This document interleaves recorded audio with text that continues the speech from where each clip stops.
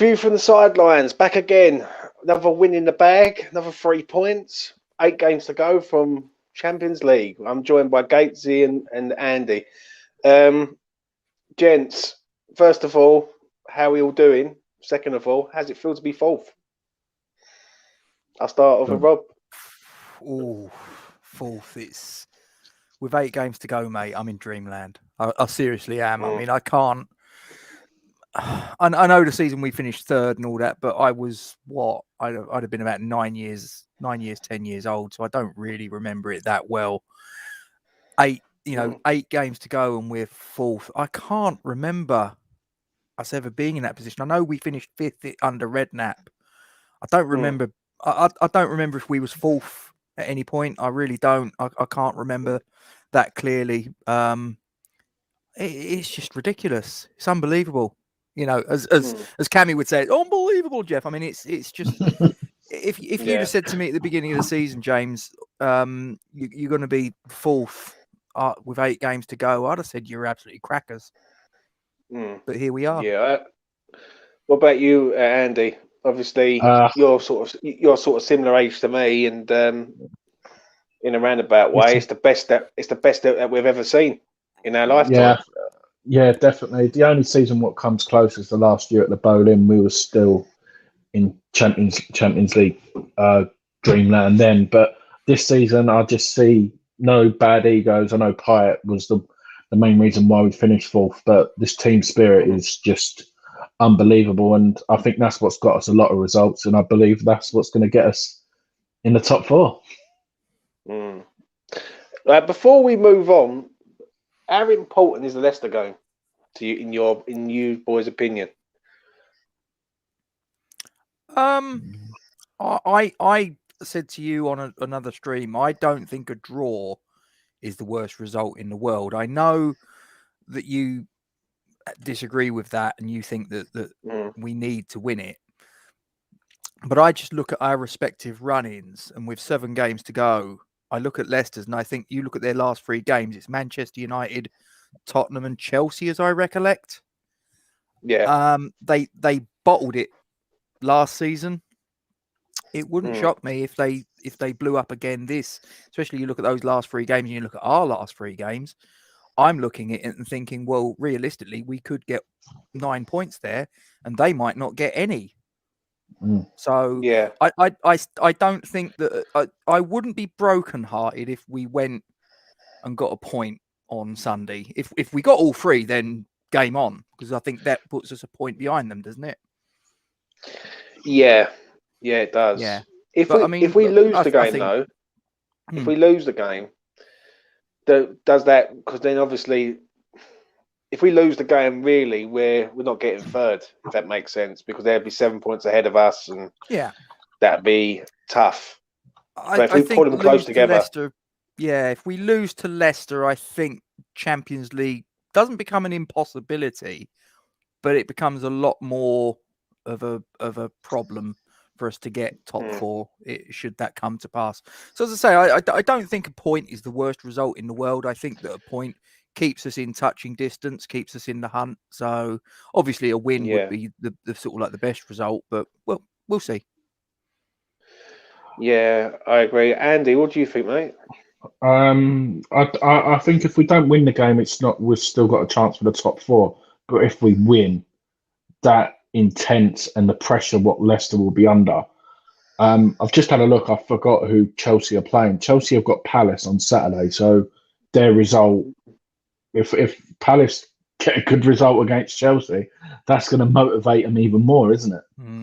I haven't got the full other fixtures, but no, for me, this is the perfect time. Like we said on, I can't remember what stream we said it on. This is the perfect time to play Leicester with the FA Cup semi-final around the corner. I forgot that Chelsea's there as well. So Chelsea's next game. So they've got Palace on Saturday, Porto next week, Man City, and Brighton on the Tuesday, and then us on the Saturday. So they've got 5 games. But they're playing 5 games before we play them. So if they pick up a nice few injuries, you never know, do you? Yeah, that is true. But obviously, it's not really Chelsea I worry about. It's Liverpool. is the one that I'm sort of fearing a little bit. I know they lost last night against Real Madrid, but that's Real Madrid. Like, do you know what I mean? And I think if you look at Liverpool, they're another team that's sort of there, like, but they should be higher than they are. If that makes sense. But I think realistically it will be a tough ask, but really you want them to win, so they've got more games to play. What Yeah, against I agree. Madrid? Yeah. Yeah, I agree. Yeah. Do you think they will beat Madrid at home and go through? It's a They've got the 2-0. away goal. They've got the away goal. I was going to say, if they win 2-0, then they're through, aren't they? So that's not beyond them, but they need to really hit the straps. You know what I mean? They need to hit the ground running. Truthfully, I think Madrid have got a goal in them. I really do. Yeah. Which then means that Liverpool have got to score 4 to go through, you know, without sort of needing penalties or anything like that. So it'll be difficult. I mean, Real Madrid are 13-time European champions, so they're no mugs. People say that this is not a sort of like a classic Real Madrid team, but they're Real Madrid, you know, and they win this competition for fun. Yeah. Just I agree, mate. Sorry, James. Before you go, I totally forgot as well. So, if results go our way, so Liverpool got Villa on Saturday. No, that could be a draw easily. I think Villa, they're hot and cold, but obviously with the second leg of the Champions League literally next week. So if you look at it, I just want to go through like the table before we sort of reflect on the game. Yeah. If you go from Arsenal up, how many points are Arsenal? Arsenal, would you say Arsenal are out of the top 4 race now? 100%. Yeah, I think so. 1 second. I'd have thought realistically, they're. I think they Arsenal need snookers, don't they? Yeah, Arsenal's on 42 points. We're on 52, so we're 10 points ahead of them. So Arsenal are out of it. Who's above Arsenal, mate? Villa on 44. And how many games they played? One less. Same as us, 30, haven't they? Oh, they played one less. No, they played 29. They're playing Man City, I think, next week or whenever it is. Right. Well, fair enough. That's all right. That one. Yeah. Wave goodbye to that. Then, who's above Villa? Is it Spurs? Is it Everton? Would you say Everton are out of the? And we've got to play them. Yeah. Would you say Everton are out the Champions League contenders? We're 5 points ahead of Everton, and they've played a game less than us. Once we beat them, that's them taken out of the equation, though, isn't it? Yeah. Yeah. I've just seen a good comment here. He's back. Double D's back. Hi, lads. I can't. I'm loving the show. No, welcome aboard, Dan. Welcome aboard. It's all love. I think it's because you're presenting, James. That's the difference. Well, Dan, you're in the good books now, mate. If you think I'm presenting, then that's all that matters. You know what I mean? So obviously, as we go up the table, you've got Everton there. Everton have got a couple of. Everton are weird this season, aren't they? Let's be honest. Everton are so hit and miss. Like the draw against Palace done us a right favour on Monday. Where are Tottenham in that, Andy? So Tottenham are Everton, Tottenham and Liverpool are on the same amount of points, 49, the same games are played as us. So we're 3 points ahead of them, 52. Yeah. Chelsea's on 51. So it's big then, isn't it? It's like the game.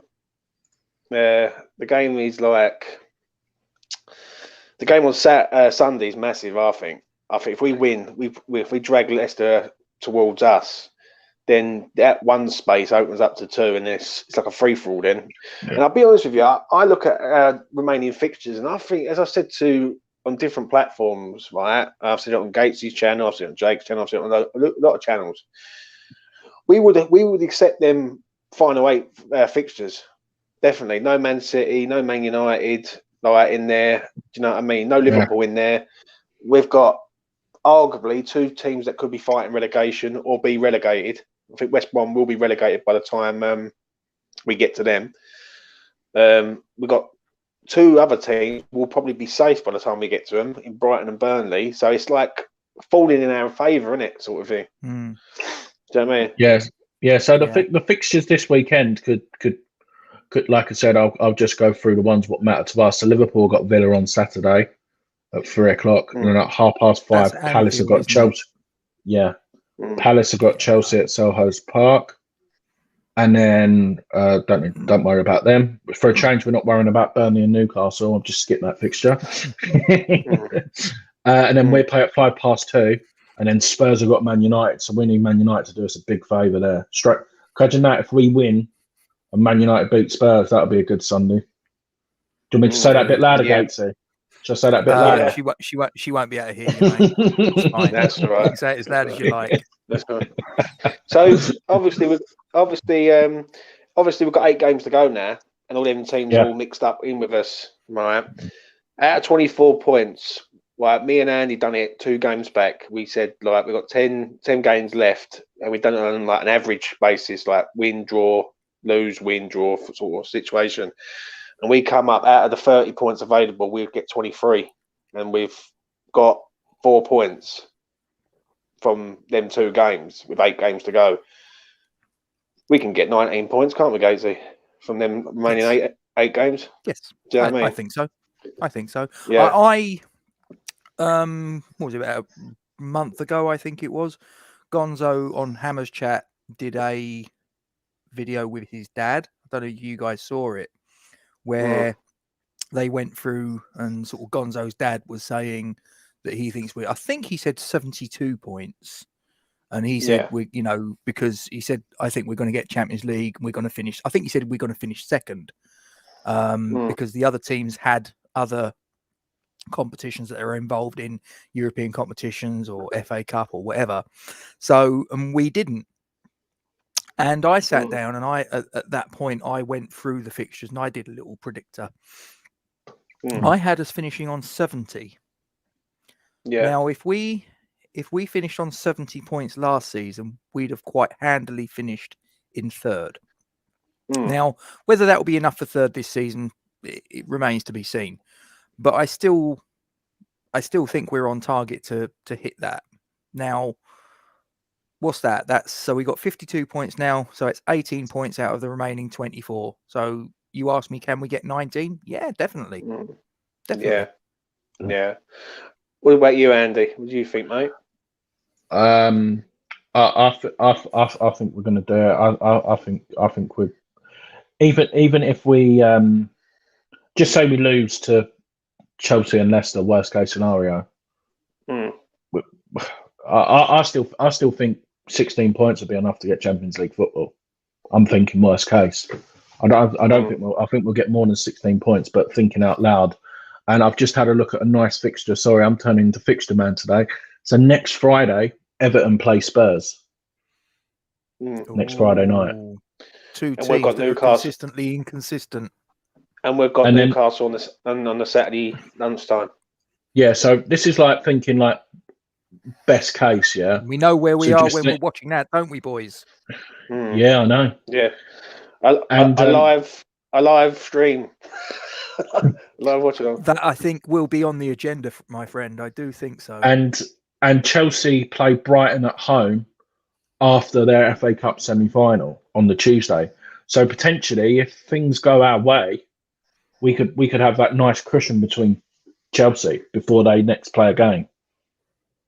Yeah, he did, Scott. Yeah, I'm sure he did have us to finish second. I think he had us to finish on 72. I think, but.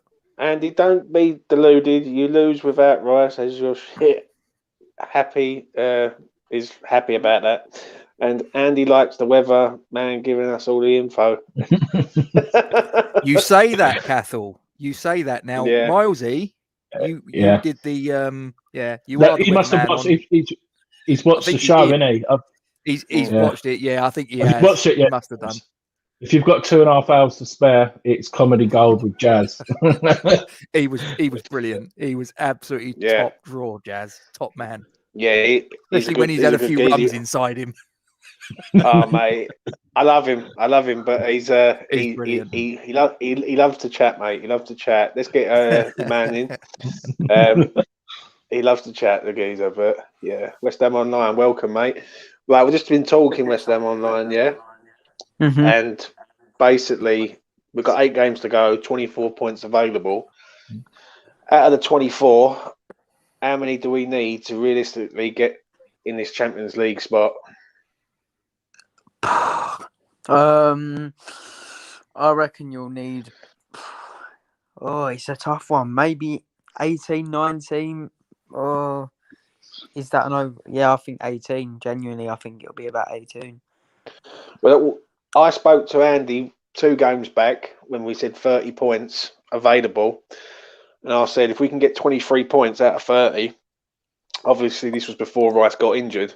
I said, I'd be over the moon. Right. So far, we've got 4 points out of the 23. We're down to 19 out of 24. As I said to the boys, I think on Saturday's games like make or break. Really, I think if we beat Leicester, then we are rolling and we're up for it big time. This is Well, we dragged them closer to us. We pull away a bit, and we've got a bit of breathing room because a lot of the teams are playing each other around us. What do you think, mate? Mm-hmm. Yeah, if we beat Leicester, I think we'll finish above them. If we lose, we'll finish below them. I think it's that important a game. And the Antonio supposed injury is worse than I thought, apparently, which isn't good news at all. I'm not sure how to feel about that. Yeah. Don't worry, lads. We watched the training footage today. Yarmolenko's back running, so we've got half a chance. Oh, that's all right then. That's fine. We'll definitely get Champions League. Going on to that, it was good to see Ogbonna playing though, like out there training, and he looks fit. He was running about. He looked well, and he looked like he's fit, and I think he plays on Sunday. I really do. I think if he's training like that. Morning, Kieran. Welcome, mate. I'm just having a chat, getting the boys' thoughts on the upcoming fixture. But if we need him back, don't we, Rob? We need Ogbonna back in that lineup as soon as possible, don't we? Because the defence has been shocking. Do you know, if you'd have said to me a couple of weeks back, Ogbonna in, who do you drop? I'd have said Diop without any hesitation. Now I'm not so sure because I'm looking at Craig Dawson these last 3, 4, 5 games, and I'm just like, yeah, maybe that's the reason why he's a £2-3 million buy from the Championship. I don't mean to do him down, but as we've said before, James, if you look at the clubs on his resume, it's not like he's played for Real Madrid, Manchester United, PSG. He's played for Bolton Wanderers, West Brom, and Watford, and that's the reality of it. I'm not trying to do the guy down, but it is what it is. Do you think at the minute, I'm not so sure. Do you think he's running out of steam? He's played every game. I just think he is what he is. I think possibly maybe the first 10 games that he's had in Claret and Blue, maybe he's excelled himself. Maybe he felt he had a point to prove. I don't know. Now he's sort of like, maybe he's sort of recalibrating to his normal levels. I don't know, because as I say, the player that we saw in the first 10 games, you thought it was like the second coming of Paolo Maldini or Franco Baresi, but now it's like, oh right, okay, maybe this is more like the Craig Dawson. Frank Spencer now. So but we'll see. We'll see. I mean, at the minute, like I say, I'm not so sure which one of the two I'd drop out. But I definitely have James. I've done a whoopsie. What do you think, West Ham Online? Have a guess who I'm going to choose to drop. Well, I know you're going to say Diop, aren't you? Let's be honest. So I don't blame you, because they both haven't been good. Like, and I'm a Diop fan. I like Diop and all, but even he's like, when you watch it back and you see him on Monday, his positioning play was terrible. Yeah, again, and I must admit, I agree with West Ham Online on some things, and some things I don't. But on that one, I do agree with him. His positioning is terrible, and we can't. We need Ogbonna back, mate. Do you know what? If we lose Antonio, and someone said to me, "Well, you're going to lose Antonio, but you're going to have Ogbonna back in your defence," I could accept that. because I know that you got Ben Rama there who can come in and you can go with like a 4-3-3 attack, like Noble, Souček, Fornals, Ben Rama, Bowen, Lingard. Do you know what I mean? So I don't know about you lads, but we need to run it back. What do you think, Andy, on it? Obviously, I'm just putting it out there. Yeah, I've just looked at the last time we played them. Is it worth putting Barberena and Ogbonna back in? They both handled Vardy well that day. Barberena's defensive minding is a lot better than Dawson and Diop. So I know that's a big risk, but it's another option to have. Or even as much as I love Creswell, maybe Moyes might go, you know what, I'm going to give Creswell a rest, put Ogbonna in the left centre-back position, and play 3 natural centre-backs in there. I think, Andy, Balbuena's head's halfway out the club now, in my opinion. I think he's on his way out, Balbuena. His agent pretty much hinted towards it as well, so I'd be a bit reluctant to play him for that reason.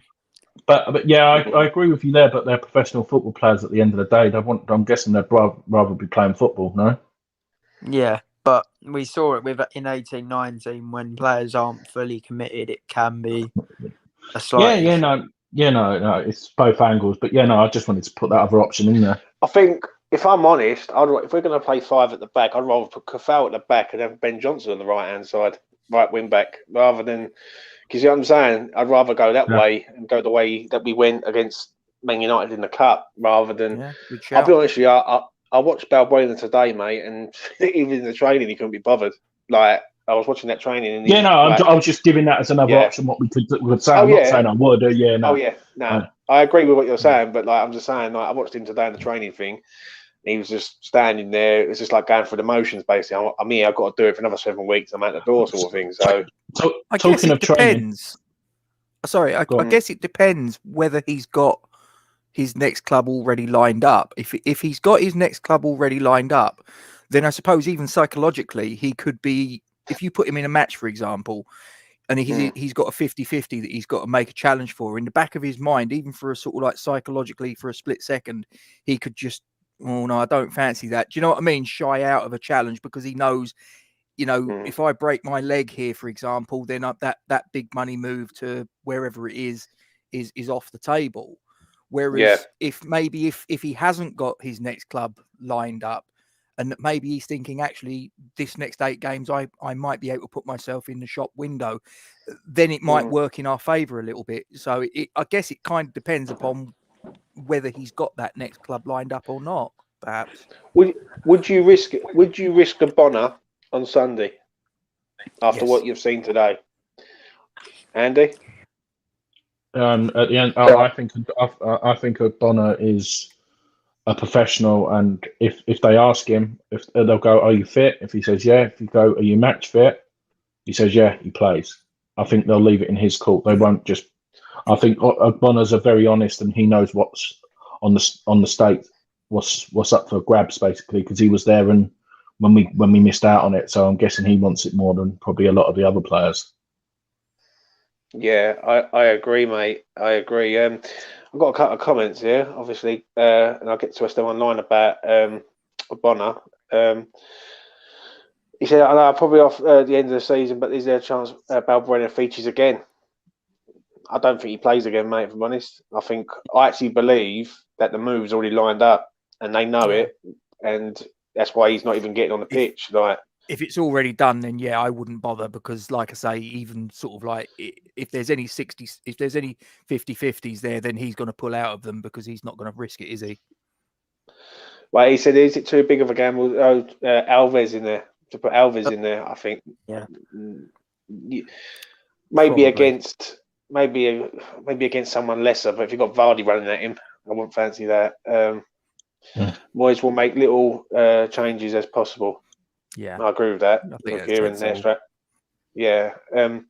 Thing is, but moving on from the defence to the attack, and we're learning every day about Antonio. I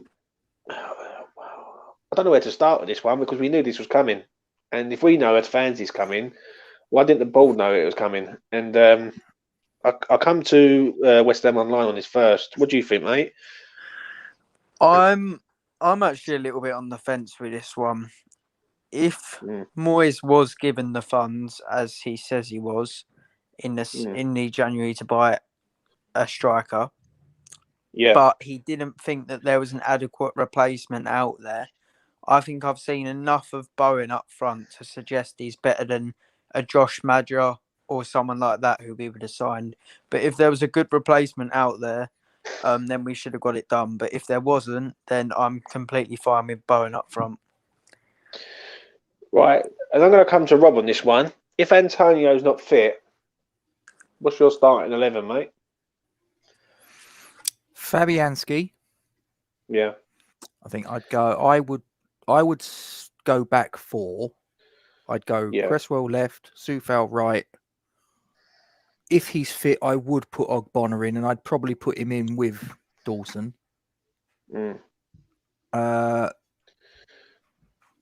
Souček obviously nailed on. I think.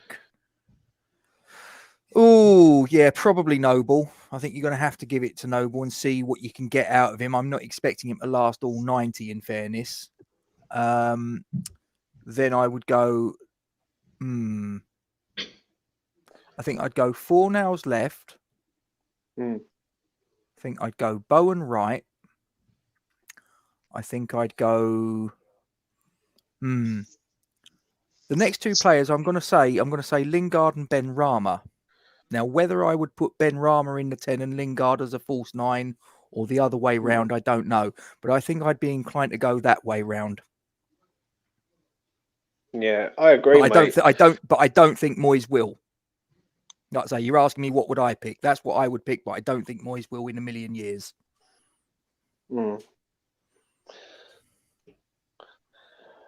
Garlo's getting them Werner. I must admit, has Werner scored tonight? Because I've got him in my dream team.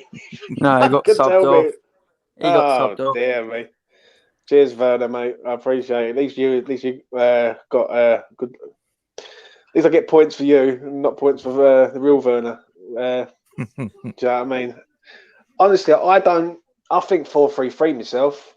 I think I think we'll go back to a 4-3-3. Fornals, Noble, Souch, and then Bowen, Lingard, Ben Rama. I think he's just got to attack these teams now because we're running out of players. I'm going to come to Andy. Andy, is this a missed opportunity like that? Like, if we get to the end of the season, right, and we miss out on Champions League football by a point or 2 points, right, or even 2 wins, who do you hold accountable for that? Because of all the injuries. Moyes, because we've beat all the other teams in the bottom half. We've only lost to Newcastle in the bottom half all season, and the way he's attacked the top 6 sides, that's cost us. Yeah. That's who I blame. I don't agree with the mentality. I don't think that's the players that should be down to the manager. That his team selections has cost us. But just talking about the selection who you'd play on Sunday, I'm just putting it out there. I would put Fornals where Noble is, and I'll put Lanzini in the side with Antonio. I think Antonio's out, and have them front 4 interchanging Lanzini, Bowen, Lingard, and Ben Rama. West Ham Online. What do you think, mate? Who do I blame? Who do you blame on this if we don't get Champions League? Because I believe, personally, I think we will get European football of some form. I believe we can get another 2 or 3 wins up from them 8, and I think we're nailed on to get some sort of European competition. Yeah. But if we don't get Champions League, considering we are 4th right now, we are playing Leicester on Sunday, and we are dropping like flies, really. Who do you hold accountable to that, mate? Considering we're running out of players. I certainly can't hold Moyes accountable because I do agree with Andy in the fact that against the top 6 he's done poorly, but at the same time he's our best performing manager in the last decade plus. So I can't blame him for not finishing fourth when he's the one who's grinded out the wins against the bottom half. What I hold accountable is GSB not giving Moyes any money in the summer to strengthen the squad and strengthen the depth and get the strikers he wanted then. I hold them accountable for not bringing in a top quality defensive midfielder as backup as well. And I hold them accountable for lying to the fans. But I also hold accountable the fact that the other squads are just better than us and they're expected to come in the top four above us. So we can't really blame anyone too much if we don't finish fourth. Yeah, I agree with you, mate. I do. I agree. This is a big one. Obviously, in regards of Antonio, if he is down, we're just running out of players, lads, ain't we? Let's be honest here. Like it just seems like every week we're losing a body at some point. I'm not that disheartened with Antonio, if I'm perfectly honest. I'm not, because I know Lingard's there, I know Bowen's there, and I like the three of them together. I think they're energetic and they've got pace and whatnot. I think if Lingard goes down, then we're in trouble. I think we don't get anything. Yeah. And I do believe that. But obviously on Sunday, I think it's huge, mate. It's huge. So obviously, if we set up on Sunday, could you see Rob a 5 at the back on Sunday against Leicester? It happened last. Yeah, I could because it happened. Yeah, because exactly for that reason, James. To be honest, because it happened last time we played them, and we went with 5 at the back, and we got the result that we did. I think West Ham Online. Am I right in saying we won that game 3-0 with 30% possession? Yeah. Yeah. So.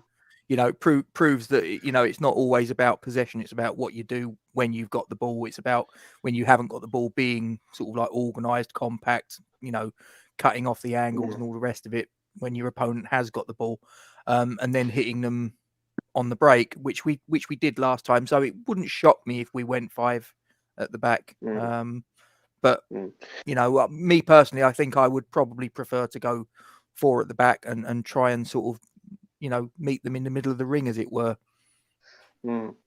Kieran puts a good point here, mate. I wouldn't surprise me if he played Fredericks and left Benny on the bench. Possible. I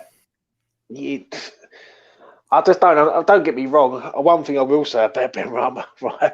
When I watched the training footage today, he was shocking at his shooting at the start. Like his shooting practice was absolutely horrendous at the start. He couldn't get anything on target. I think it was the same as Alan Irvine's flipping haircut. That's proper lockdown haircut, isn't it? It is, yeah. Caffel says, do you think Diop and Dawson getting early yellow cards made them hold back in the last game? Yeah, absolutely. 100%. Yeah. They can't keep doing that though. They can't keep going through the first 10 minutes. I thought that was harsh. I thought Michael Oliver had. I know we won the game, but I thought Oliver had quite a bad game in my opinion. It was like they could kick the shit out of us and not get cards and for late in the game, and then like first challenge is what we got, but I can't really. We won at the end of the day. But if I'm being picky, and obviously we've got card happy Dean on Sunday as well, so you can guarantee if you want your guaranteed bet, Noble yellow cards on. Yeah. Bloody hell. Noble yellow card, Cresswell yellow card straight away. That's a double straight out. That's for all the bettors out there. Obviously, we've got Mike Dean coming into town, mate, again, and I can't believe it. I really couldn't believe that when I saw that the other day when Mike Dean was the ref. Who was it? That one of the big 6 teams. There was one of the big 6 teams that had a referee that made a big call against them, and they said they didn't want that referee to referee a game against them again. No, Southampton in the Southampton Man United game. That Lee Mason's never reffing a game for them again. Why can't we do that with Mike Dean? Yeah, exactly. Yeah. Kieran said, Andy, you shouldn't be knocking people's haircuts. Yeah, I mean, Up a short inside. There's not a lot of shots hair on fired. this live, is there really? No. Shots fired, mate. Shots fired from Kieran from all the way from Oz. Kieran, come and show us your Barnet then. So I'll come to Gatesy first, and obviously then we look back at obviously the game. But obviously with Bowen's turned up now in the last two games, and he's scored two good goals. Really, the first one maybe bad goalkeeper, but the second one was very good finish. Is Jared Bowen back in form now for us just at the right time? It would appear so. I mean, on the basis of the last two games, I'd say you'd have to say yeah. I mean, if he'd have followed up the first game against Arsenal with a poor game, then you might have gone, well, it was just a blip sort of thing. He'd had one good match and then sort of he's back to normal. But he's followed it up back to back, and obviously the second of which was from the bench. So yeah, I think that his confidence is now going to be, up there.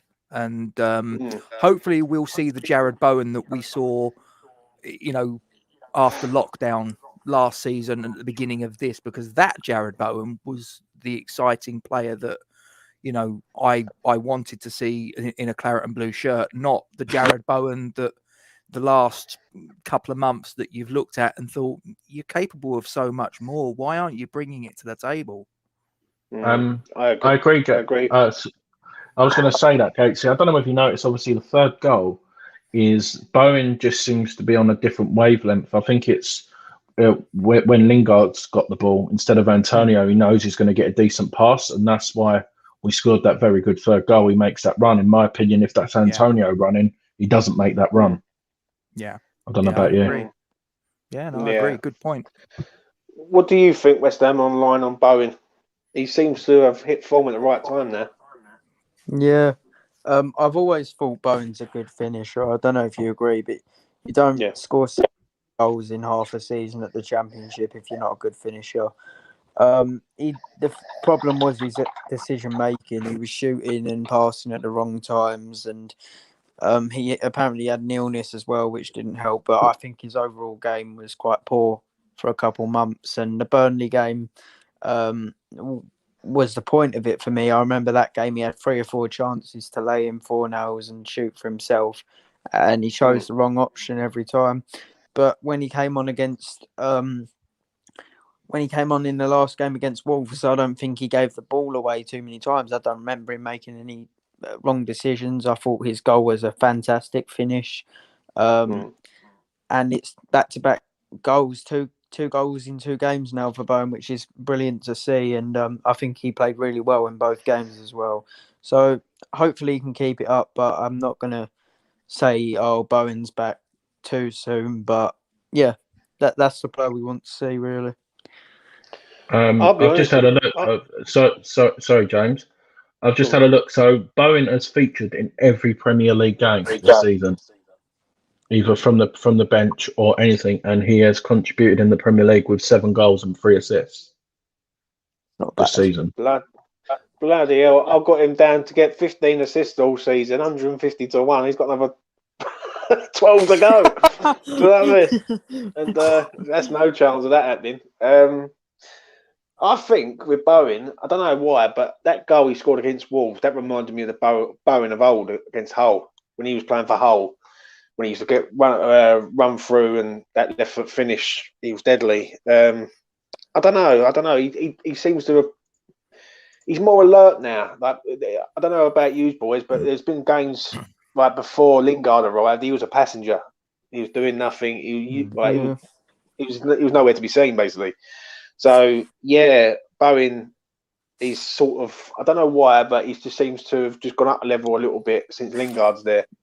I was going to say, do you think maybe it's Lingard that's maybe the influence? I think maybe so. His experience and his sort of, his overall... I think he's passed. Well, he's assisted both his goals, hasn't he? Yeah. In the past 2 games. So yeah. I think his pass for Bowen's goal on Monday was something of class. Like the weight of the pass was perfect. It gives him time to take a touch and shoot. It weren't over it. It weren't under it. It was just, I mean, Man United as a club, they don't deal with crap players. And no, not usually. let's be honest here. You know what I mean? Man United have got a higher standard of players, and when they go through, we class ourselves as the academy of football, but Man United's academy is like some of the players they have produced over the last 25, 30 years have been frighteningly good. And I honestly think, moving on to the Lingard situation with regards to him, I honestly think that Man United have dropped a massive clanger on this one, big time. I think they didn't rate Lingard. I thought they had basically told him he's surplus to requirements and basically gone from there. And I think if you would have asked Man United for a fee before the loan, if you said to him, right, how much do you want for Lingard, I think Man United would have took 15 million off you straight away. Yeah. But I think now they've seen what he can do. In the summer, that's going to be doubled, I think. I'm going to ask you all a quick question on the Lingard situation, and that we're sort of going round the rounds, and then I'll move on to something else. If United say they want 30 million, and that's our full budget that we're getting from X, do you accept it, or do you sort of say, don't forget we're getting 30 million cash before we sell anyone? So I'll go first if you want. Go on, West Ham Online. So that's one player, remember? I think we genuinely have to. He's had too much of an impact on the team. He's been too good. Like his form, if I worked it out, if he played the way he has done in the 6 games throughout the whole season, obviously it wouldn't happen, but he'd end up on 24 goals and 12 assists, which would be unbelievable. Obviously, I don't think it would happen, but you just have to hope we get some of the other players out the door, and that we get Champions League, because I'm sure we'd get more funds if we got that. If we didn't finish inside the European spots, I wouldn't do it because we just wouldn't have enough.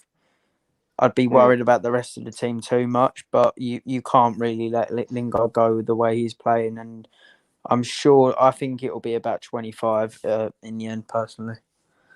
What about you, Rob? It's 30 million.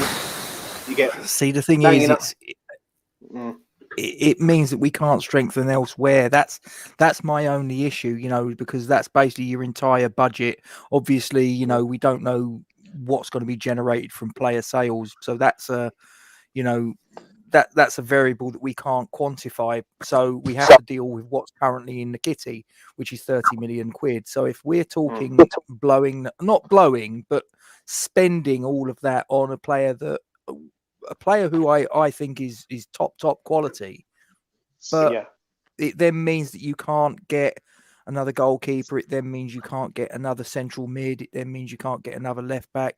We need strengthening in all these areas. Now, I know there's the free market and the loan market that could, and probably I believe we will be quite busy in this summer. But 30 million, I think if we were to spend 30 million on Jesse Lingard, we would have to get Champions League football for me. If we don't get Champions League football, then I think I would have to think long and hard about it. If we got Champions League, I'd say do it. But other than that, I think it would be something I'd have to really consider. And Andy, you got £30 million. That's your transfer budget before you can sell any players. Lingard, Man United say, right, we want 30 million. What do you do, mate? Yeah, I'll take that. And if it's anything like David Sullivan, we're probably playing it over 15 years anyway. We won't be giving them 30 million up front. So we'll definitely have more money to spend. Wouldn't surprise me if it's like 10 million a year or something like that. If Man United, the way Man United see it, they're getting 30 million over 3 years or nothing at the end of the summer. I think Man United would be very smart, to be perfectly honest. Yeah, I think David Sullivan would see the Lingard shirt sales and he'd be close to fainting, since that's the only thing he cares about anyway. And I forgot. Sorry, Lingard. He's actually been involved in 10 goals, 6 goals, and 4 assists. I thought it was 9. So he's took over Harry Kane now. Involvement since he's arrived at the club. in the Premier League. Wow.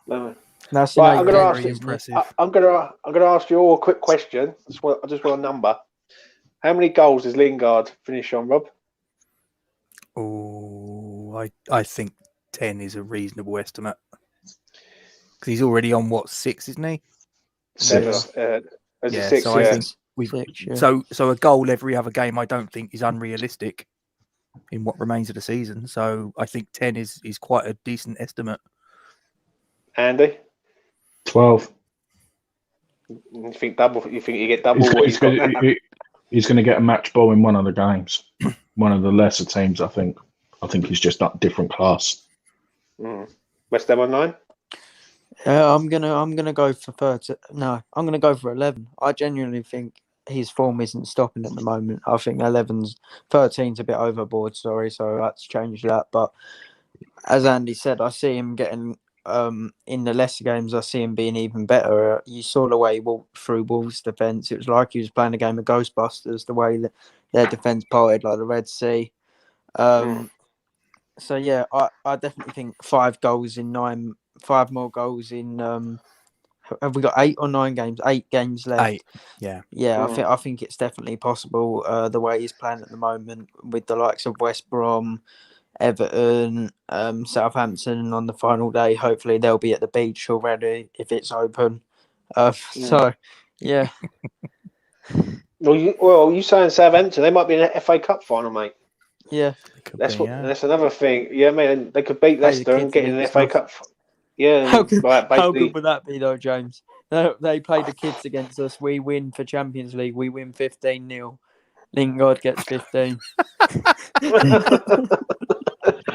Nah, me personally, I think if he gets anything over 12 or around that figure, I think he's done phenomenally.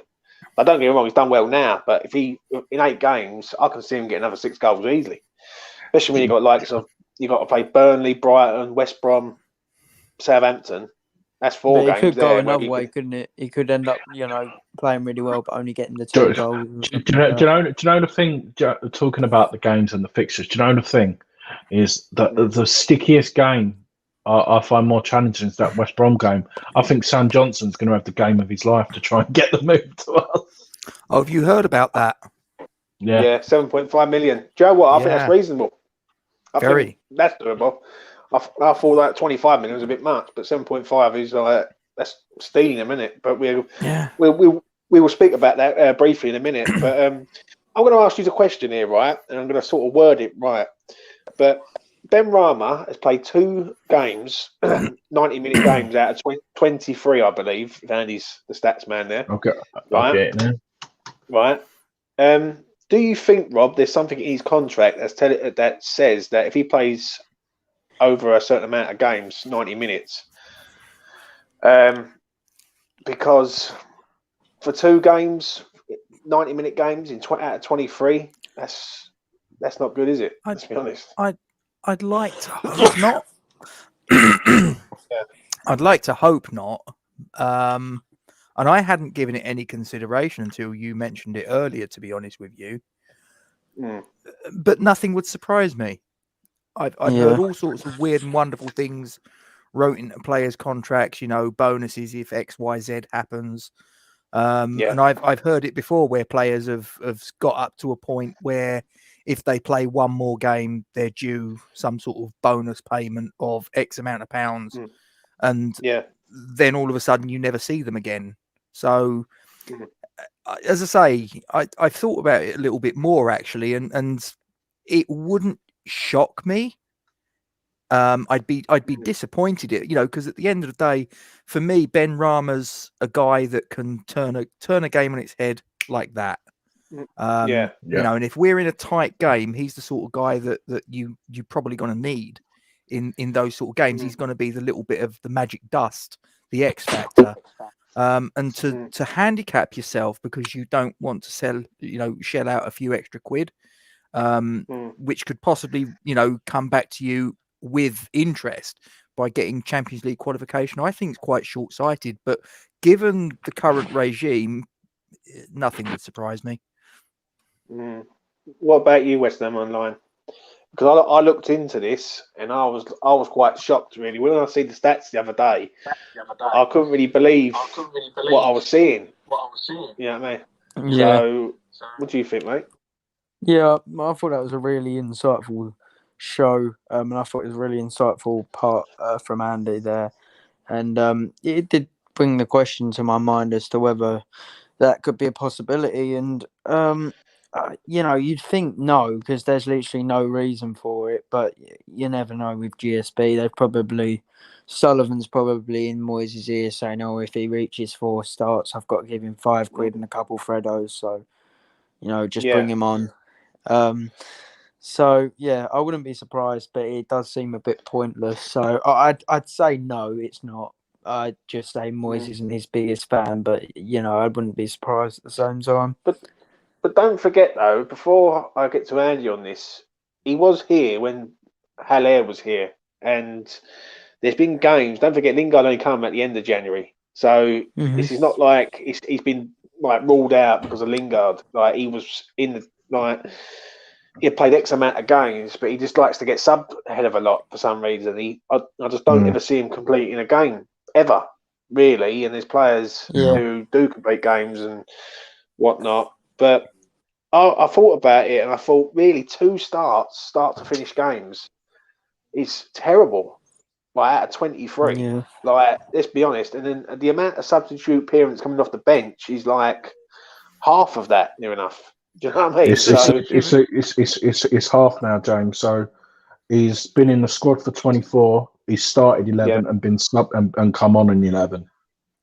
And considering this is a guy that you paid 20 million quid 6 months early for, it's not exactly a ringing endorsement, is it? I mean, like I say, we paid 20 million quid of his fee early to free up the space for Lingard, but you might as well have sort of like paid the extra money for Dawson and saved that 20 million quid. I just don't. Do you know what I would have done, Gatesy? Is like Man United probably would have sold Lingard for 20 million. Now it makes you think we should have paid 20 million for Lingard in January and then just signed Ben Rama like we should have in the summer. The thing is, what I can't work out with that back in January, and then I'm going to move on to sort of giving your final thoughts on everything, is that why would you go and pay for Ben Rama when you could have just paid up Dawson's loan fee and gone and got a striker? And that to me is sort of like, because Ben Rama was already here, like, and you've got to sign him in the summer anyway, so it's irrelevant if you sign him in January or you sign him in the summer. It just seemed like to me that they've signed him up to sort of say that they've signed him up. So they've spent money, if that makes sense. So you know what? We've signed a player up here. Like, we've got no money now, sort of thing. I just don't understand it, really. I don't. If Antonio, I'm going to ask everyone this right now. If Antonio isn't fit or he's injured, on Sunday, does Ben Rama start, Rob? Well, again, I mean, I gave you my starting 11 earlier, and Ben Rama would be in it if it was me. But if you're asking me the question, do I think David Moyes will pick him? Probably not. Andy, what do you reckon, mate? He's got to start. He has got to start. Every time, like the Leeds game is the closest one I can think of. I'm just looking through there. The build up, how Lingard got the penalty and everything. Like, no one else is on that level of what Lingard and Ben Rama are technically, in my opinion. When I mean technically, I mean going forward. Obviously, Deck's got great ability. So, but that level for creating goals, I think Fornals gets in the right position, but he's clumsy. Like, it was a great finish what he got at Wolves, but he's not at that. Do you see what I mean? That football brain level. What about you, West Ham Online? If Antonio's injured, right, does he come in? Because ideally, he's the ideal replacement, isn't he? Let's be honest. If it's up front, I don't want to see Ben Rama up front. I think he'd drift in too much. If anyone's up front, I want it to be Jarrod Bowen. But I do want him to play against Leicester, Ben Rama, if I'm honest. I don't know whether we should maybe go for a fullback, and it might be a bit harsh, but drop Masuaku for him or something like that. But I do want to see Ben Rama play against Leicester because Soyuncu's injured, so not injured, got COVID. test, So wasn't it? Amati might, one of the centre backs might go fill in, and which means Amati will end up playing right back or right centre back, and Amati's pants. So yeah, I want to see. I think Benrahma could tear him apart. But do you think Moyes will choose him? No. Do you think he will start him? Oh yeah, no, see, chance. that's the thing with me. I'd love him to start, but I just don't believe he will. That's the thing. I'd say 0%. Genuinely. Yeah, so do I. And do you know what? It's sad, really, because I can actually see him, Benrahma. Do you know what? It wouldn't surprise me if Benrahma's not here come January next year. Like, it's just that it's getting to a stage where, like, he's not even getting a game. Like, do you know what I mean? And not even he comes on against Wolves. Fair enough, he didn't do much, and I'm the biggest Benrahma fan, but I can openly admit he didn't do nothing against Wolves. But there's games where he's sort of he's been non-existent, isn't he? Let's be honest. And like in certain games, there's some games he's picked up the pace, done well, and then he hasn't played. It's just like he can't get a game. He can't get But James, that's the thing, though. Yeah. So like when he comes on, like I'm just looking. So like 12 minutes he had against Wolves. We didn't have the ball for the last 20 minutes in the game. So what's he meant to do? Judge him on that, can you? That's the thing. What's frustrating, and that you got everyone. A lot of people. This like he come on. How many minutes? So he's played. Yeah, on average, he doesn't play a lot of minutes. So you can't win. The thing is, no, I've said it to James before, and you'll bear me out on this, James. We didn't spend 25 million quid on a fullback. We spent 25 million quid on a guy for his offensive attributes, not for his defensive attributes. David Moyes must have known when he spent the money on him, or when he spent the money, the 5 million quid initial fee in the summer, and then if we're led to believe it was a David Moyes signing, maybe it was, maybe it wasn't, but whoever it was signed off the 20 million quid in January. Surely you do that because you have faith in his ability as an offensive player, a game changer. So why are you sitting there and beating the guy with the stick that you're not good enough defensively? It's like, well, you knew what you was getting, you knew what you was buying, you knew that he wasn't defensively all that much top. So why beat him with that stick? So in total, he has played, like I said, he's featured in 22 games, and in total minutes, what he's played, he's missed 10 games exactly, 10 games and 5 minutes of football out of them 22 games where he's not featured. Wow, that's mad, isn't it? It's mad. 10 games. And I'm not being funny. For a club like us, it's not like we can spend 25 million quid on a player, and it wouldn't shock me if you're right, James. If sort of like if it carries on the way it is, that we could get 18 months from when he first walked through the door, and we go, it's not worked out, and we're selling him for 10 million quid. It's like, well, we're losing money again. We just keep doing this thing. We keep going round in circles. He'll end up being quality at the next club he goes to. You know that, don't you? Like Sebastian Haller. Oh, I think Haller. I won't speak on Haller, but thing is, Cathal makes a good point here. Yeah, I can't remember a time where Benny should have scored a goal. He hasn't been in the game situation. Right. Yeah.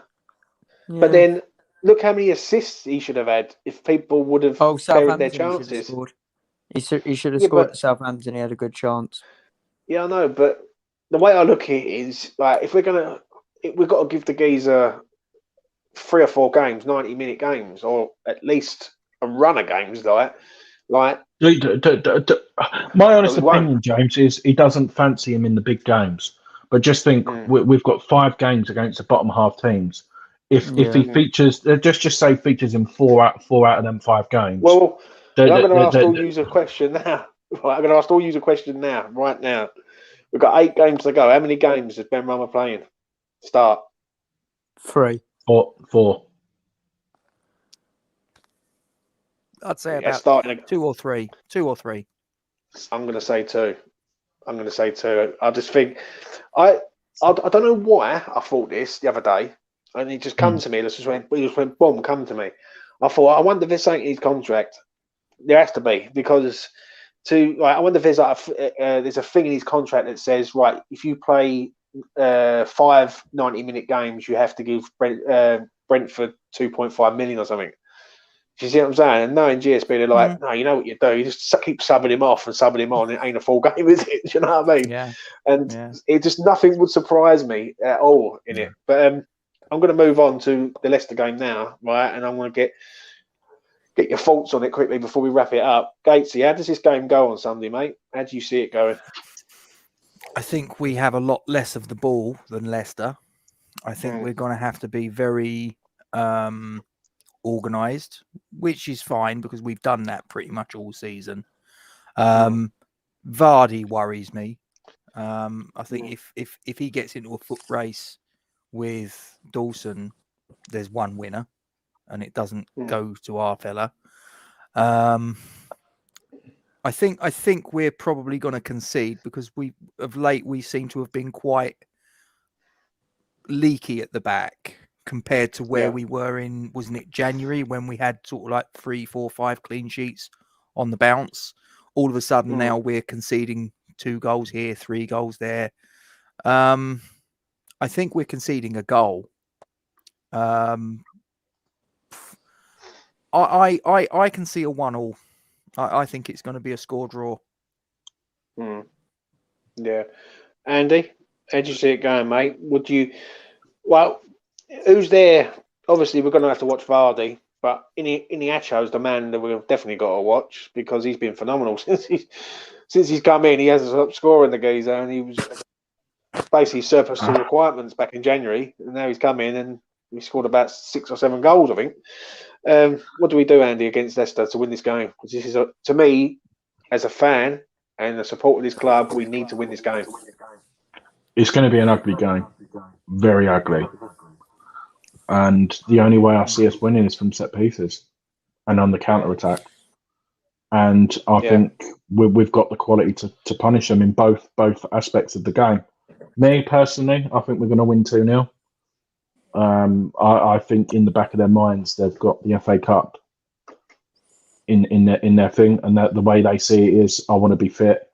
I don't want to get injured. You wouldn't surprise me. The one who springs to mind is Ndidi. He's had a lot of injury problems, and I think he wouldn't want to miss an FA Cup semi-final. And Maddison, I think he'll probably only play an hour. So if we get 2 early goals and the Bonner's back, I can't see him scoring. West Ham Online, how do you see this game going, mate? How do you see it panning out? Yeah, I was saying to Gatesy yesterday that I think the last time we played Leicester was the best defensively I've seen us in absolutely ages. I thought we were phenomenal. They had 4 shots, 1 on target. Do I see this game going the same way? Absolutely not. I think we're going to get smacked in the midfield battle. For me, Souček and Noble will get not overrun. They won't have the technical ability to compete with Ndidi and Tielemans. Without Rice, I'd see them breaking through a few times. And with the form that Iheanacho's on at the moment, and we know Vardy's not on the best of form, but he's class. And with our injuries as well, I just can't see us winning at all. We haven't got Antonio to pin him back. I think we're going to lose 3-1. Blimey, West Ham, and I'll have to bar you from this channel. So sorry, I've just done another. I know we've got that show, James, but we're doing the stats. I just looked at Fornells. So Fornells is featured in 25 of the Premier League games. So 3 less than Ben Rama, but Fornells in total minutes he's missed is just over 3 games in total. He's at 25. It's massive, isn't it? Yeah, I think he's massive. Do you know what? He's one player I'm glad to see back. Fornells. I'll be honest with you. I wasn't his biggest fan, but when we didn't have him, we missed him, and it showed massively. I think we can beat Leicester, man. Do you know what? I think if he plays Ben Rama, he has to play Ben Rama though. And I'm going to say it openly here. If he plays Ben Rama, Bowen and Lingard, that counter-attack front 3 would be frighteningly good. with Fornals dropping back into midfield to help Souček and Rice. I see what you mean, James. Having an actual 3 minute, actually just telling Fornals don't move forward, just stick there with a 3, and I think Fornals would do that job. If Noble does exactly what he done the other day, and plays just in front of the back 4 and just sits there and just marshals that back 4 from side to side, left to right, I think we've got a chance of beating them, mate. I really do. I think what happens is they come. I think what you do is you get Fornals on Tielemans on the ball, literally man marking when he's on the ball, and I believe you get Souček on Maddison. He'll just start muscling, and then you've got Noble sitting there. And I agree with you though, Andy. Yeah, I do. I think before I get onto this question, I think it's 4-3-3. I think he has to go 4-3-3. Or if he goes 5-3-2, but he has to go with wing backs again. Wing back shout wouldn't be a bad shout, I don't think, against this game, because Leicester, we went to Leicester and we done really well there with that, especially with Masuaku there, and that's a good foul. But I agree with you, mate. I think we can win this game. I really do. I think it will be like an away game, and I think the West Ham fans need to get that understanding, not slagging it. Say, for example, if it's 0-0 at half time, you can't be 0-0 at half time would be a great result. Do you know what I mean? Like in the scheme of things. The thing, I don't know about you, but I'm not worried about scoring. I think we've got goals in our team.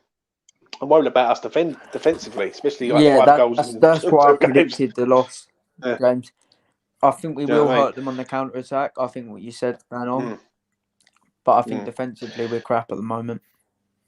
Right, I've got a question here. I'm going to get to it. Jay Woods, lads, your top 3 summer targets we need to sign in the summer, including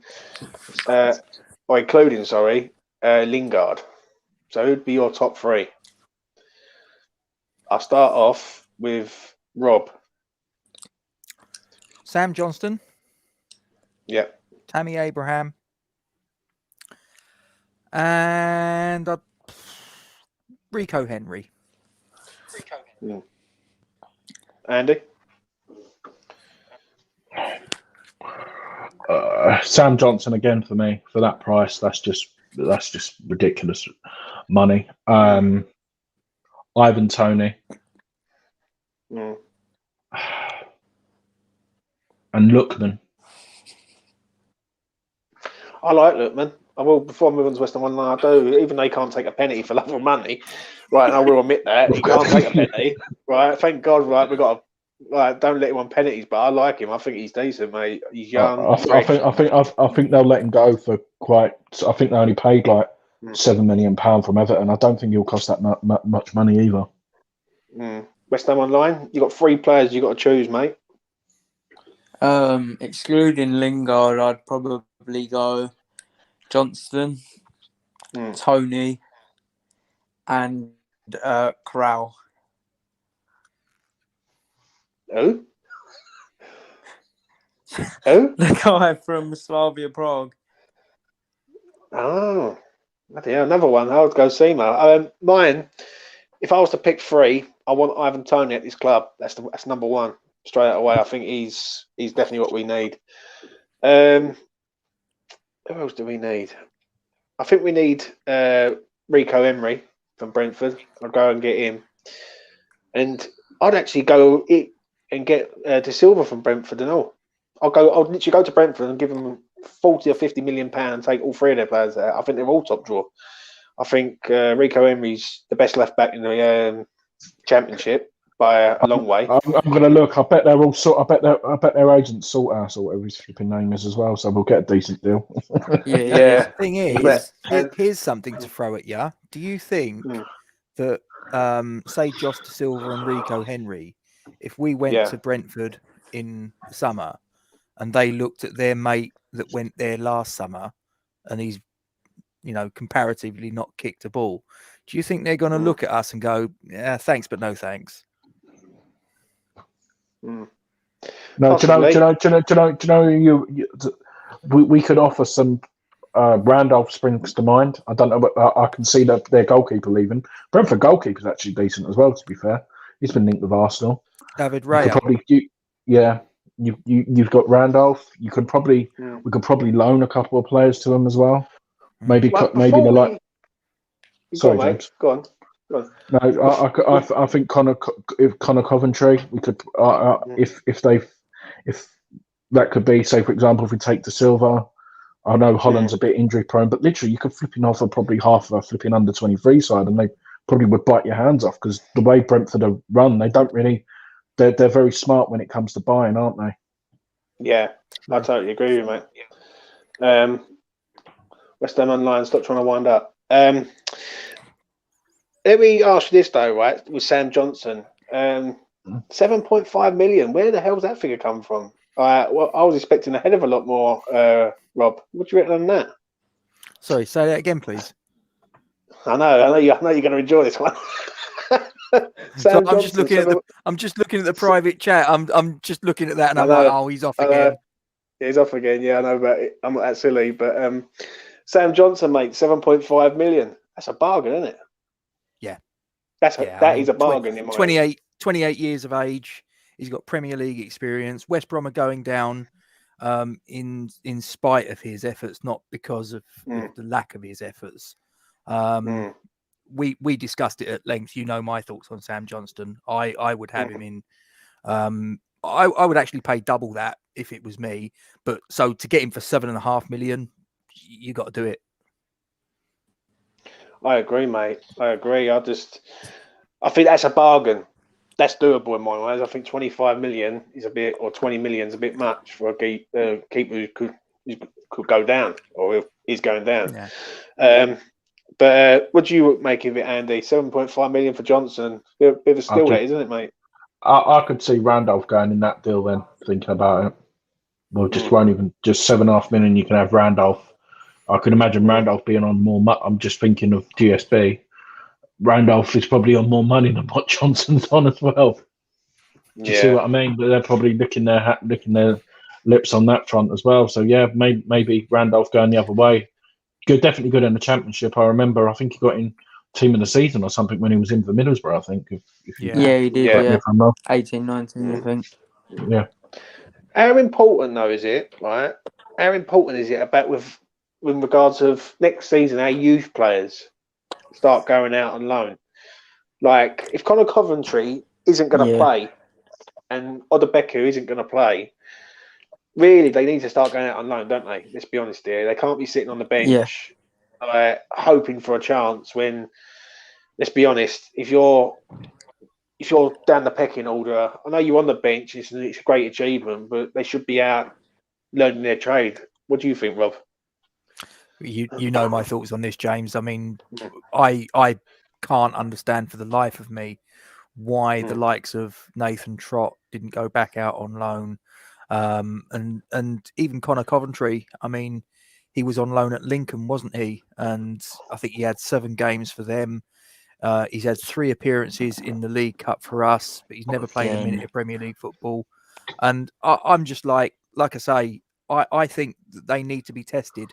Whether that's at Championship, League 1, League 2, they need to be playing men's football against seasoned players that are going to take them to places that they can't go in under 23s footballs. They're going to sort of like learn the dirty side of football. Do you know what I mean? And they're not going to learn that in under 23s. It's a little bit too nicey.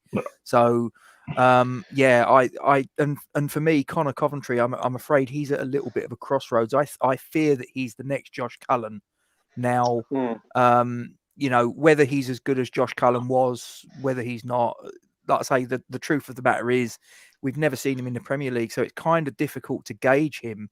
I think possibly Josh. I think that Connor Coventry, I think probably his time's already gone, because I look at him and it's like you're 21 and you've never even played a minute of Premier League football. So it's probably. I think if he doesn't get anything in the next 8 games, then for me that probably says an awful lot, especially given the injury situation at the club at the minute. Yeah. What do you think, West Ham Online, on this? I'll be honest, I'm worried. The only part of our club that I'm majorly worried about in terms of the team at the moment is the youth team. Our under-18s got smacked up by Palace today, 5-1. and they're near the bottom of their league. The under-23s are near the bottom of their league as well.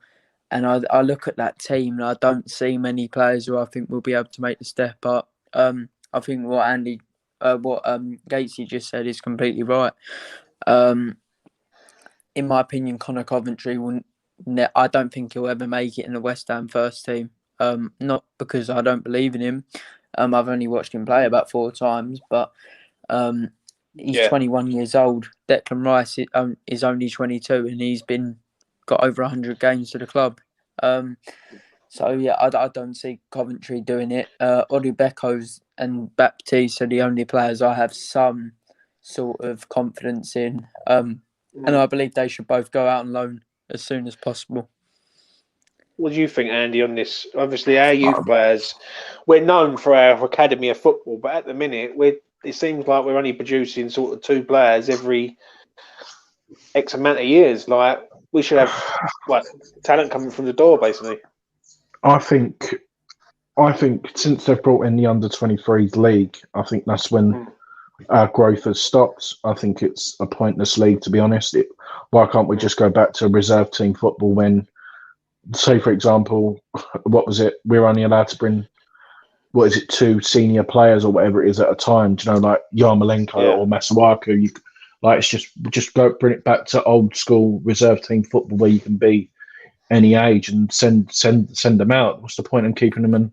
It's just a pointless league, in my opinion. I don't care if we get relegated. I don't care if we win it. They should be playing.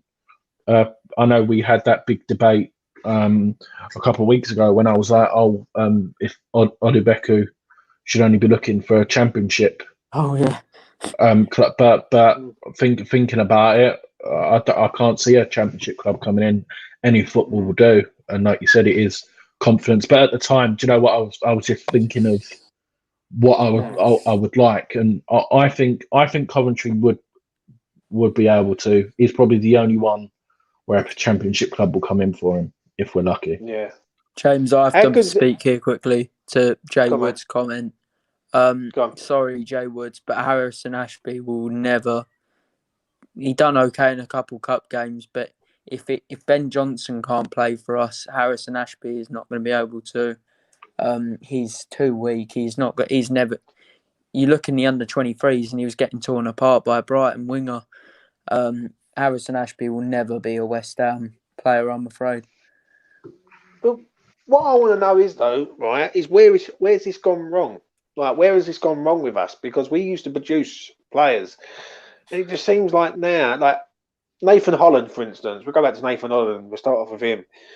He was the next big thing. We signed him, I believe, from Wrexham, I think, or somewhere up north. He was at Everton at one point, weren't he? Oh, Everton, yeah. And we signed him up. Next big thing, comes to the club. We're all thinking in a few years he's going to be phenomenal. He's gone nowhere, like literally nowhere. Then you got part of that, in fairness, was injury, and he always seemed to. Just when he looked like he was about to make a breakthrough with him, in fairness, it always seemed to be that he just, at the vital moment, just seemed to pick up an injury, which then set him back a bit. I think he's been desperately unlucky. Mm. Then we had the and West Ham Online. I might need your help on this one to remember who the striker was. We had a striker at the club, youth Tony player Martinez. who went on to, not Tony Martinez. We had a player called who signed for Lincoln City. Scully. Anthony Scully. Yeah. Anthony Scully. Now I see him over Dagenham, and I thought he was quite a decent player, and then they sort of let him go. And then obviously we've got other players in there like Alves, and you got obviously Baptiste, and is it Ferrer or Jaden something? Yeah. Yeah, I don't know about him though. Still, but it's all these players that we're not sort of sure about, and I just don't understand where it's sort of like, as a club, we need our youth, and at the minute, our youth is sort of League One standard at best. Do you know what I think it is, James? I think the players now, the youth players, are too pampered for, if that makes sense. I think they've looked at our training facilities for the youth. They've been offered contracts at, say, a Chelsea or something like that, and they've gone, Christ, I'm not going to sit in that porter cabin.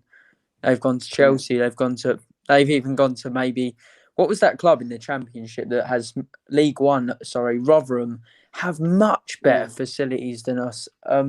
I honestly think that the training does put people off because it's just not up to scratch.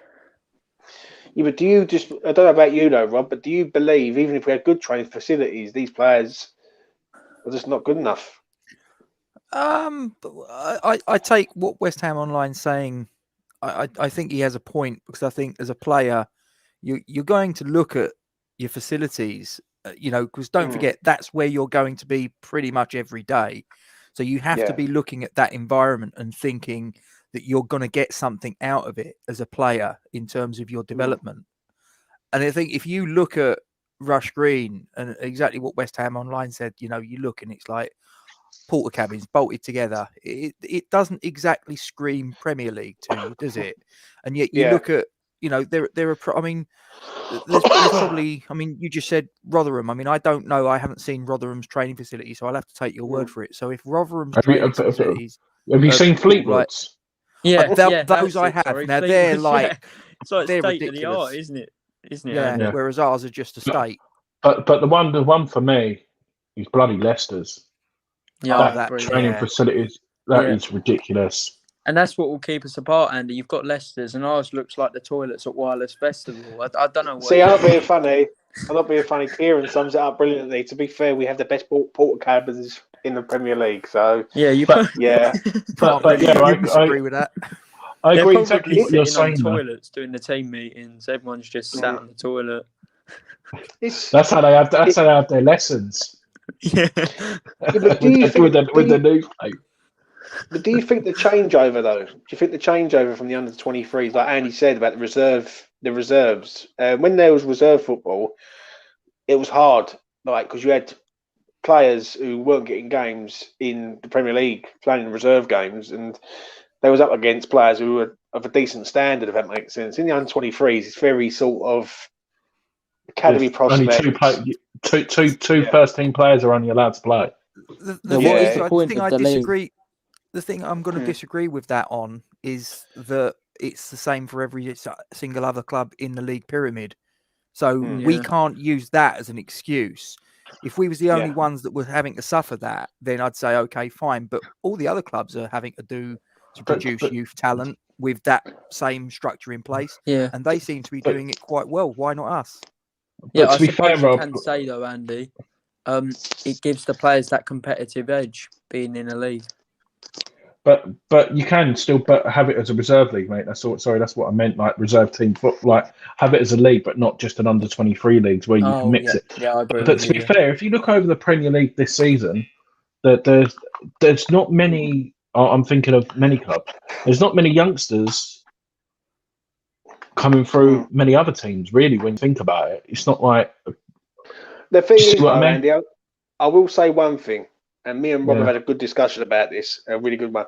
When I look at Chelsea's academy, and I look at what Chelsea do, they loan every single one of their players out anywhere, like Scotland, like the Dutch league, the French league, anywhere and everywhere. They're out on loan. And what they do. Do you know how many players they've got out on loan last time I checked, James?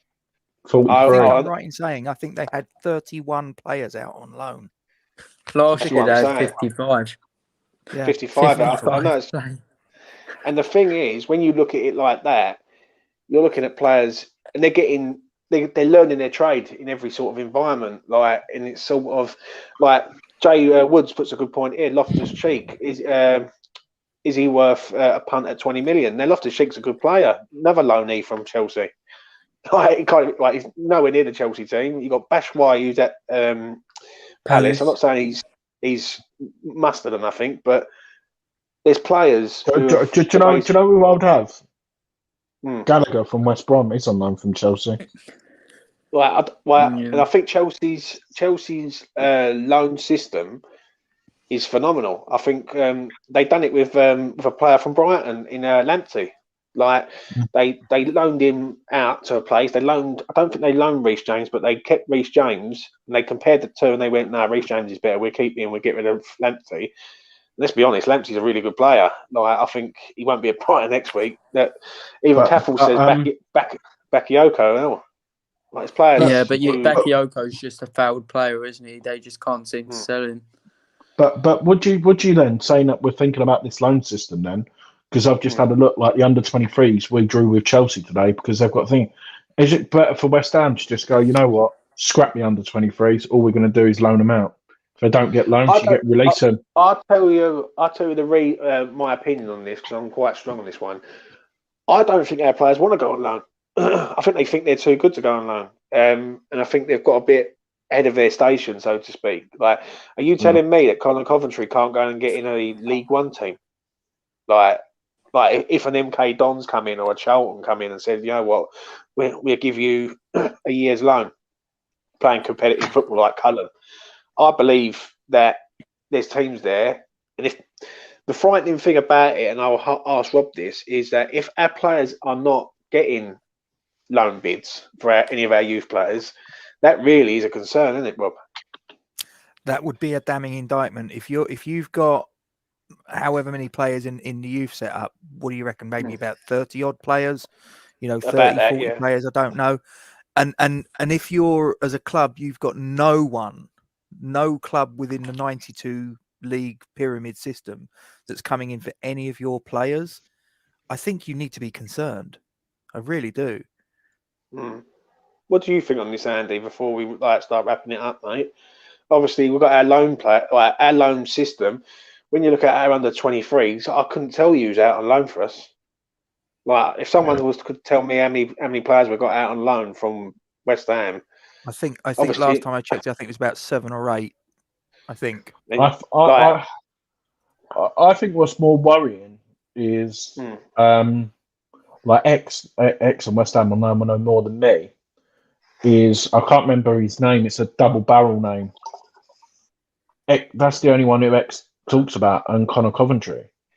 Oh, you're talking about the guy who they said's the next Kante, the young African kid. Yeah.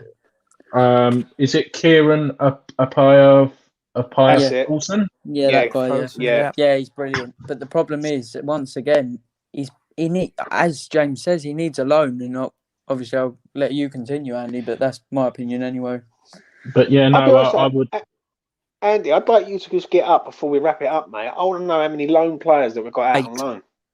8. Do you know who they are, Rob? Checked. I can read them out to you now. Yes, they are Winston Reid, Felipe Anderson, Gonzalo Cardoso, Xande Silva, Alfie Lewis, Dapo Afolayan, Aji Alese, and Tunji Akinola. That's terrible. And the problem is, I look at all them as well. Can we quickly go up through them? Felipe Anderson's just a player who they didn't want to pay the wages for. Cardoso, another one another failed Pellegrini signing who we forgot to mention when we were saying it, another useless Pellegrini signing. What league did you say he's in now, James? Cardoso? He's in Swiss league. He's with Basel. So he's in. So I said he was in the Swiss league. I actually said he's in the 3rd division, but do you know what I mean? You've got Afolayan. Afolayan's done well at Bolton. He's done well at Bolton. His contract's up at the end of the year, but he's old. He's old considering. He's not going to break through, is he, Andy? He's not a West Ham player. He's a good League One player. What was the other names, Gatesy? Yeah, who's the other ones, Gatesy? Because a couple of the first Alessi for me, apparently. That's going by what I've heard good things about him as well. Yeah, he's all right. Go on, Gatesy. He's a defender, and you've got Alfie Lewis on loan in Ireland at St Patrick's Athletic. God. Yeah, and Tunji Akinola is on loan at Leyton Orient, and Alesse's on loan at Cambridge. And Xande Silva's Aris Thessaloniki in Greece. And he's 27 or he's 24, isn't he? Xande Silva. 97 he was 24. Yeah. God. And that to me, he's 26 appearances, 4 goals. So he's not exactly tearing it up in the Greek league, is he? That's terrible. Sorry. Sorry, West Ham Online. You'll be able to tell me. Another player who's got is Steve Potts' son's really good. Apparently, got a good prospect. Yeah. I'll tell you what, another player, this is a bit of an outlandish shout, but do you know, he's actually related to me. Do you know Steve Jones, who used to play for West Ham up front? Yeah. I listened to your podcast. His son's in the under-17s. I tell you what, apparently he's beyond mustard. Like, beyond, really? Yeah. So we'll have a chat with him. Caffels has got the right. Kieran's got the right idea. Can we send Karen Brady out on loan? Yeah. Is that what you call an orgy? Yeah. Well, do you know what? That's quite frightening. Before I wrap it up, that's quite frightening, isn't it, gents? Let's be honest. Having them players out, and let's be honest, you've got a player out in playing for St Patrick's Athletic, and no disrespect to the Irish League, but it's not exactly going to. They're not exactly going to tear up. Why don't we, West Ham as a club? I'm not being funny, because didn't Chelsea, or I don't know whether they did or still, certainly they did, but don't know whether they still do, had some sort of working relationship with Vitesse Arnhem. Why don't we as a club do something like that? Whether it's, hooking up with a team from the Dutch leagues or the Czech league. I mean, we've got a working relationship with Slavia Prague. Why not? I agree with you, James. I completely agree with you. I think that there's a mentality that seems to pervade a lot of the youth players that they think that they don't have to. I can just sit here and be comfortable and just sort of like swan around and it'll all fall into my lap instead of going out there and sort of like actually playing proper men's football. Yeah, Cathal just said here, Irish league is dreadful, worse than League Two quality, I'd say. Yeah. And so I'm not being funny. Alfie Lewis can forget it as far as being a Premier League player is concerned. Let's have it right. This has been, I must admit, another really good show. I've liked the shows today. I think this one's been really insightful, and I think it shows how the Academy of Football now is the Academy of Toilet. Unfortunately, and we need to get it back to the standard it was. What it is though, it's the mentality though. I don't understand the mentality. I can understand it with Odebekio, right, to a point, because he's the only striker at the club. Well, I can get that one to a point. But there's people who are sitting in under 23s who are supposed to be the next big thing. And I will bring Coventry up in this one, right? Just for the simple fact that everyone keeps saying about giving him a chance. But he don't want to go out and it's like he wants to sit there and go, you know what? I'm too good to go and play for Dagenham and Redbridge. Can you see what I'm saying? It's just these players seem like if that was some people need to go out. Harry Kane's done it. Jesse Lingard's done it. So why can't these do it? Do you know what I mean? I completely agree.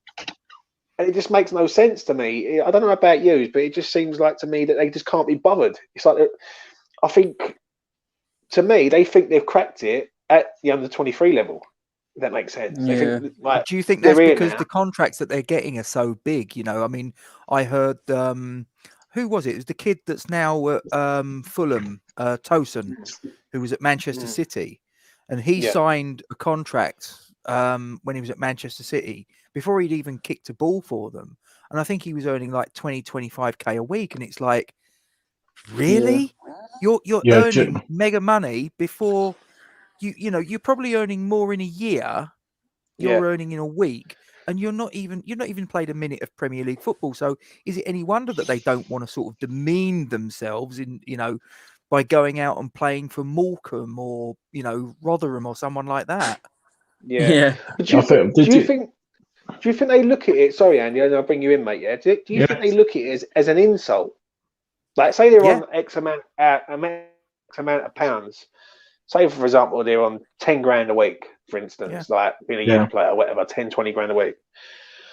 And a team like, I'll use them as an example because they're near me, Dagenham and Redbridge come in and say, right, we're going to take Connor Coventry off you for, I won't say Dagenham and Redbridge, or someone like MK Dons, for instance. I say MK Dons because they're a League One team, Connor Coventry, want to come and play in League One, help us get into the Championship. Right, boost your profile and all that, but they're only going to give him $5 grand because that's all they can afford a week. Right, he's going to look at that and think, well, I might as well stay here. Do you know what I mean? Yeah. And that's the mentality of it. Yeah. The thing with that Alfie Lewis, though, James, I've just seen comment which I find quite funny from Kieran there about how bad the Australian league is. If we're sending in players to the Irish league and the Australian league, we can forget them playing for West Ham because Usain Bolt scored in the Australian game. So that tells you all you need to know. Yeah, he couldn't trap a bag of cement. Yeah, no, I think Robbie Fowler's still over there in his 50s. I think still having a go. Do you know what I mean? So yeah, but yeah, boys. I think. Sorry, before I go, I believe that League One and League One especially has got so much talent, young talent, so much talent, and as a club, we don't even need to buy them and put them in under 23s. We just need to go. We'll have you. Here's 500 grand, but you can go on loan for 2 years, and then when they're ready to make that jump, we can do it. That's the way we should be doing it. We should be targeting young. It just seems to me that I don't see these players out on loan. It's just I just never see these people out on loan ever.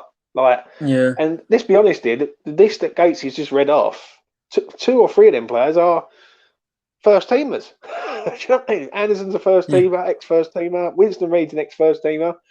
There was someone else on there who he said he was an ex-first teamer. And it's just mad, really. Do you know what I mean? It's just mad how it's sort of turned out. But yeah, we'll just have to wait and see what happens with regards to next year. But well, I think that brings us bang up to date on what I wanted to do tonight, and it's been a pleasure, boys. I want to thank Gatesy for coming on.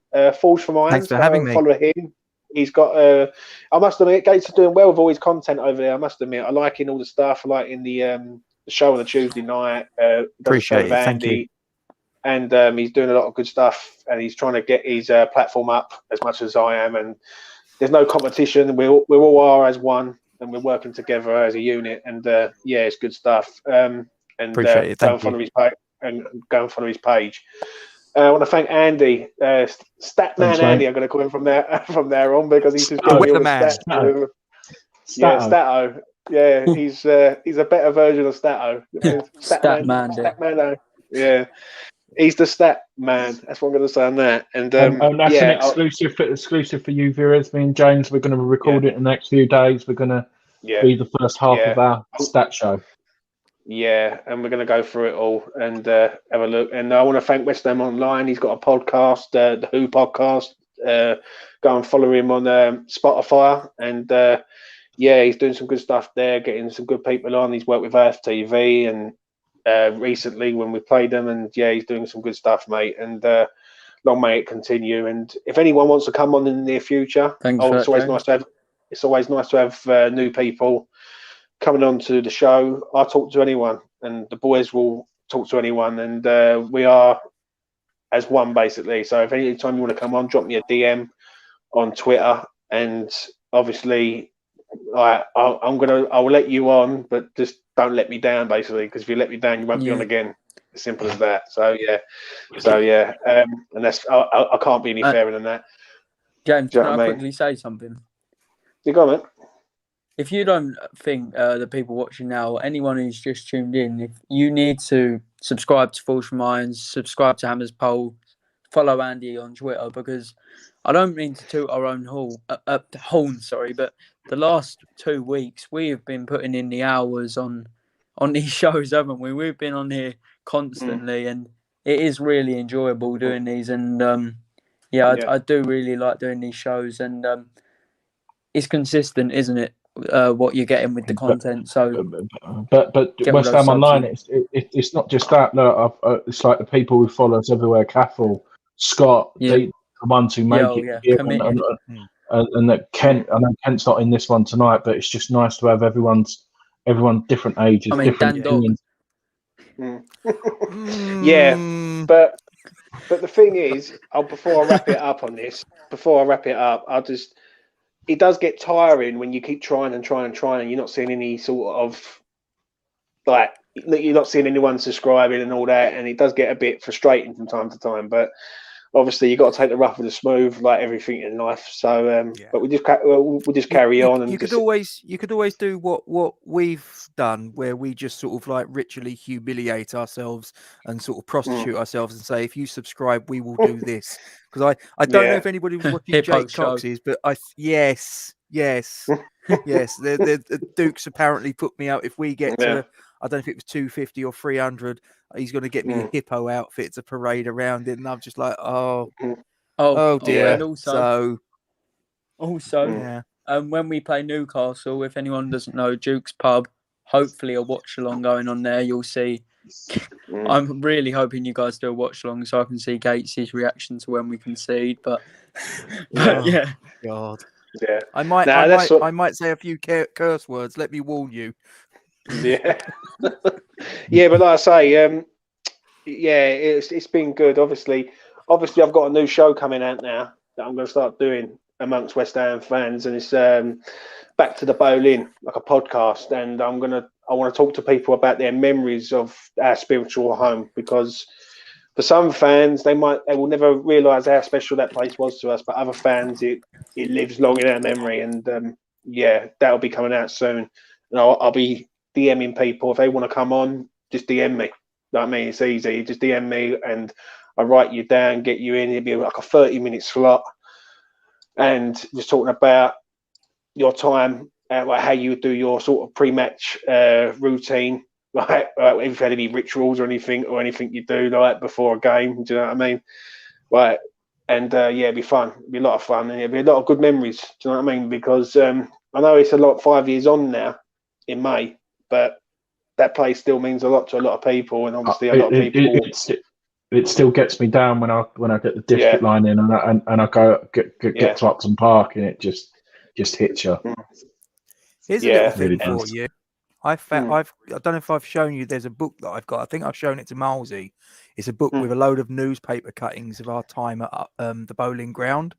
And I was reading it today, and I come across a newspaper cutting of our very first match there in 1904 against Millwall, 3-0 win. Actually, this one here, and it's got a newspaper cutting of the very first game, and I was just like, wow, that's a little piece of history right What's there. that called, Gates? I want to see if I can get a copy. It's called West Ham United, Headlines from 1904, a Newspaper History. So if any of you that are watching are interested in things like this, that is an excellent book to try and get hold of. I'm sure you can go on Amazon or whatever. And a little bit of nostalgia. It's got all sorts of newspaper cuttings right the way from 1904. As I say, there's one there from the very first match going right the way to the last game against Manchester United. How old was I in 1904, Gatesy? Oh, I would have been about 27, something like that. He's rocking it well. And on that note, Gatesy being 27, nearly 120 years ago plus. It's been a pleasure. It's been a pleasure, chaps. And I want you all to take care, and let's hope for a positive result against Leicester on Sunday. It's a big game. And this, to me personally, this is the game that decides if we're Champions League contenders, or we're Champions League pretenders. And like this is the one for me. So it's going to be goodbye from Andy. It's goodbye from West Ham Online, and it's goodbye from Gatesy. And like, share, subscribe, tell your friends, tell your family, report it to the moon as much as you can, mate. And I appreciate it, and all the boys will appreciate it on their channels. Do you know what I mean? And take care, all the best, and have a good upcoming week and weekend. Take care.